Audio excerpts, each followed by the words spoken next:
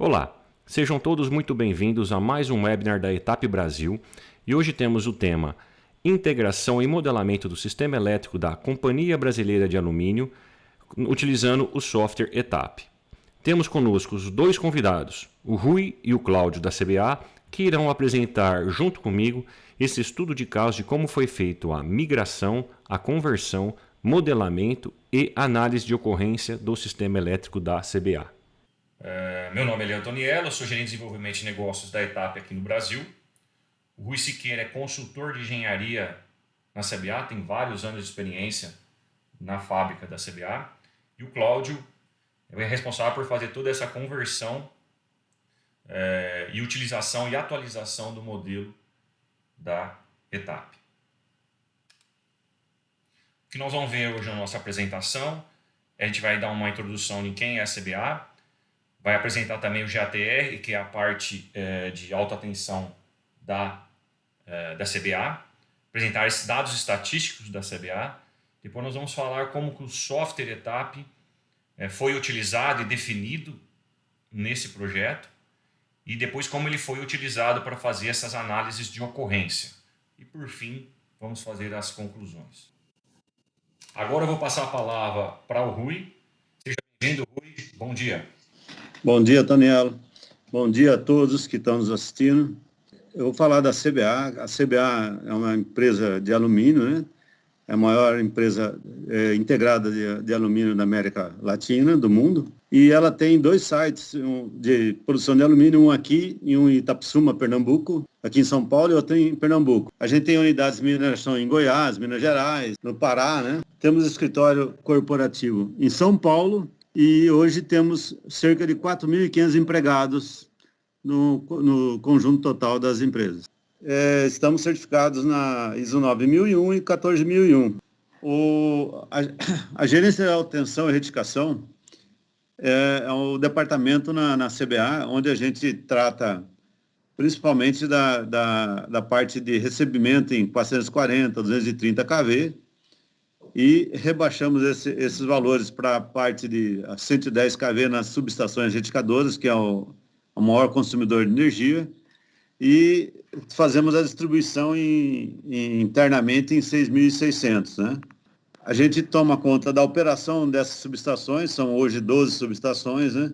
A gente toma conta da manutenção, opera aí da manutenção, nós temos um centro de operação, e também a gente é responsável por toda a adequação da parte de NR10 do negócio alumínio, que não envolve somente o site em alumínio, mas também as plantas de mineração em Minas Gerais, né? E também as nossas filiais e empresas que estão ligadas ao grupo, né? Nós somos responsáveis pela adequação da NR10 no negócio alumínio. A norma NR10 é uma norma do Ministério do Trabalho que tem força de lei, né? E na parte de energia elétrica. E a gente, dentre elas, ela obriga a parte de segurança.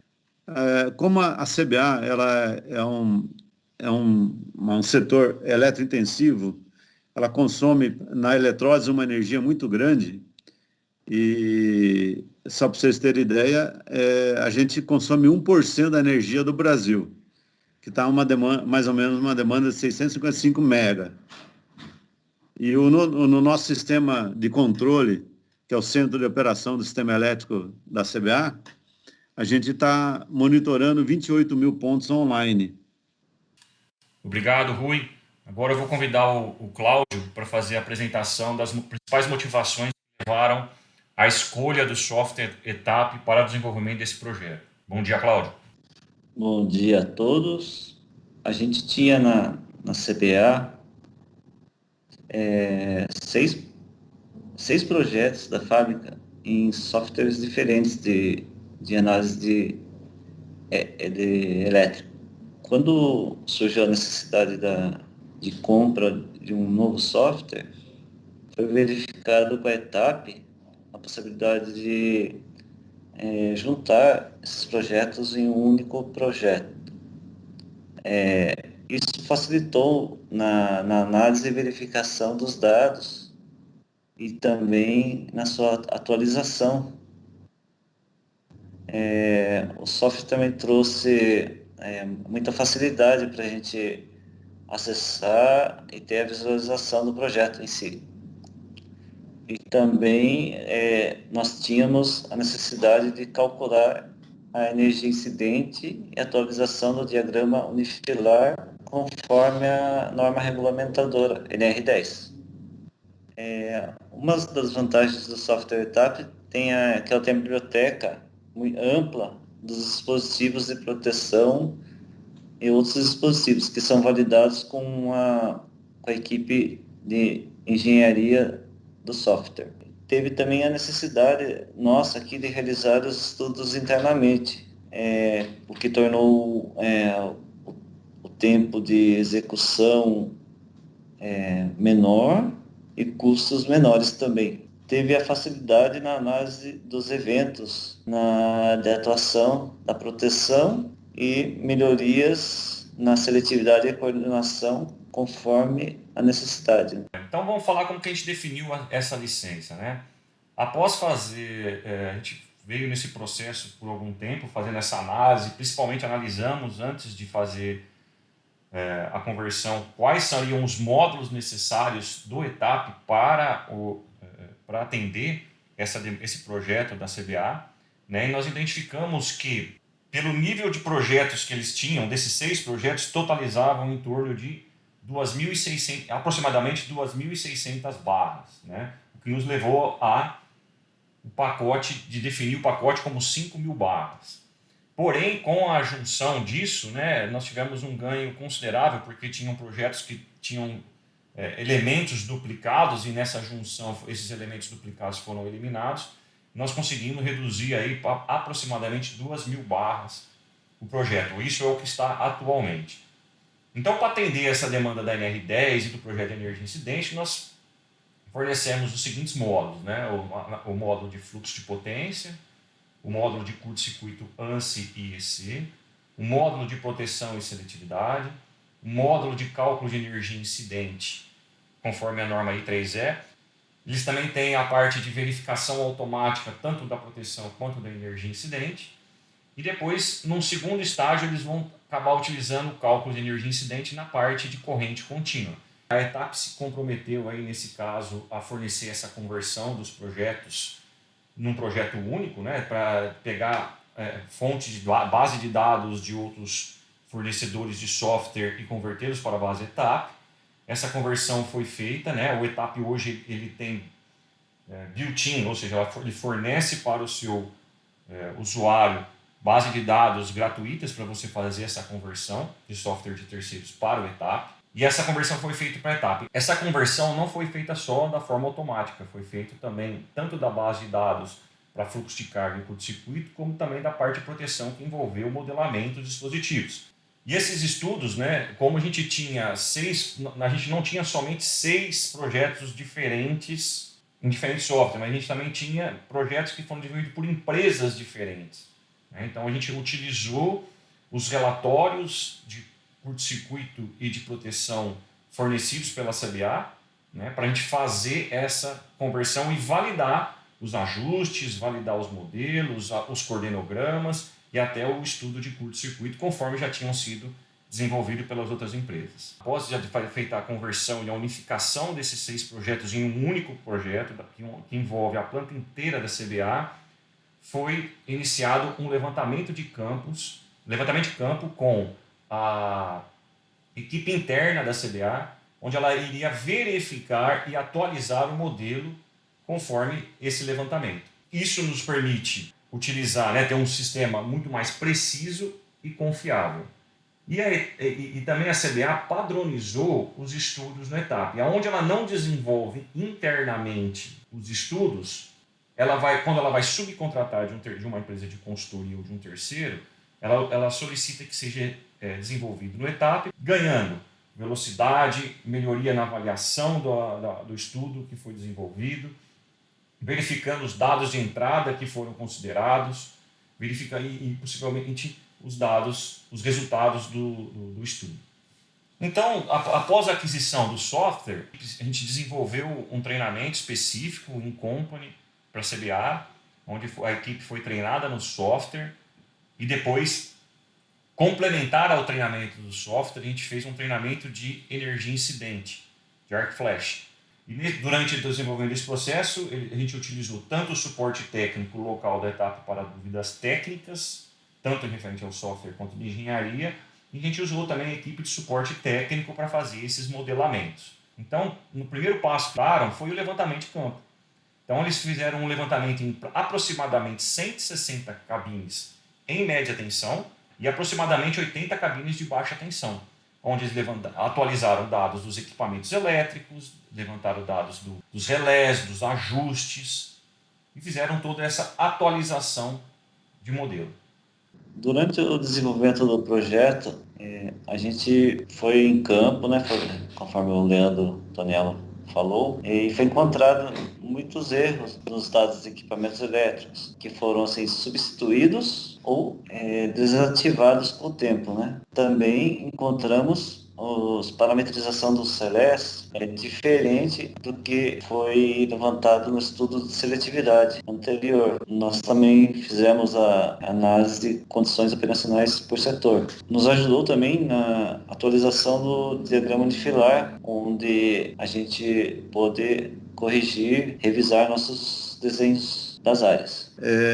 A gente padronizou um relatório para cada cabine, nós criamos também uma padronização. Como cada área tem uma numeração independente, né, de cabine, de equipamentos, disjuntor, seccionadora, nós também criamos uma numeração dentro da etapa que é um padrão geral para a fábrica inteira, né, de forma que nunca tem um equipamento repetido em lugar nenhum. Quando trabalhou com modelo único, né, juntou todos os 6 pacotes que a gente tinha, cada um tinha sua numeração e seu tipo de numeração e às vezes o número se repetia. Nesse conjunto agora a gente tem uma numeração totalmente independente para todos os equipamentos, para todas as cabines, para todas as salas elétricas, que não repete e a gente consegue identificar isso. A gente trabalhou muito para recalcular a energia incidente. E muitas vezes, fazendo pequenas alterações nos relés, a gente conseguiu reduzir o nível de energia incidente e conseguindo levar para uma coisa mais real, né, alterando o ajuste e conseguindo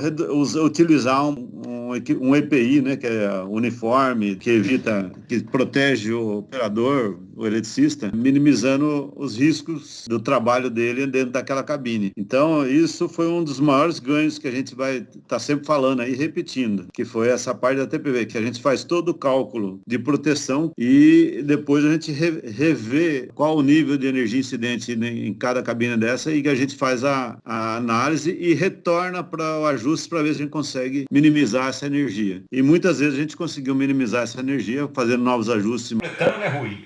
Isso tudo feito internamente agora, né? Então vocês têm todo o modelamento já aferido e está sendo desenvolvido internamente para vocês essas definições e essas análises, né, de redução, principalmente da energia. 90% do serviço a gente está fazendo tudo internamente, ou 90% ou mais, porque todos os locais a gente vai chegando e vai fazendo uma checagem e afere e vê se pode melhorar o nível de energia incidente depois de ter feito a proteção e garantir a proteção e a seletividade, né? Aí a gente entra com a análise do ATPV para poder ver se a gente pode minimizar os riscos. E você não teria essa possibilidade se não fosse a utilização do software, né? Agora, antigamente você ficava preso às empresas de consultoria para te fornecer o estudo, né? E também a agilidade, né? Porque demandava um tempo. A gente tinha que fazer uma contratação, fazer todo o estudo, fazer um escopo para poder contratar a pessoa, vir aqui, fazer o levantamento, fazer todo o cálculo, fazer todo o estudo, fornecer o relatório, para depois a gente agir.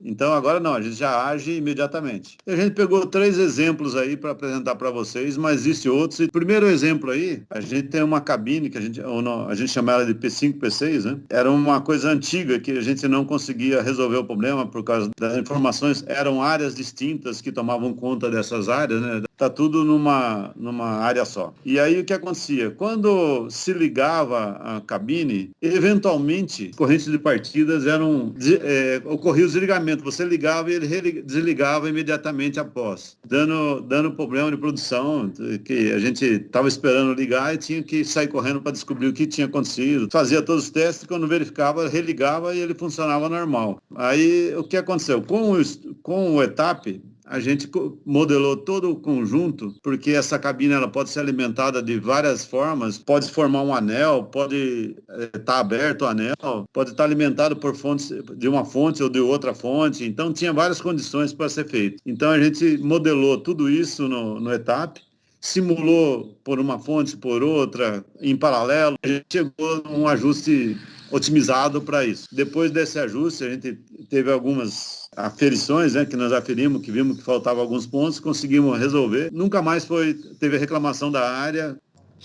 Complementando a informação do Rui do circuito da P5 e P6, essa cabine está no circuito que envolve 6 cabines e no total de 10 cubículos. Daí, para a gente visualizar isso aí, o ETAP foi de grande valor para a gente visualizar todo o coordenograma dessas cabines e conseguir coordenar essa cabine.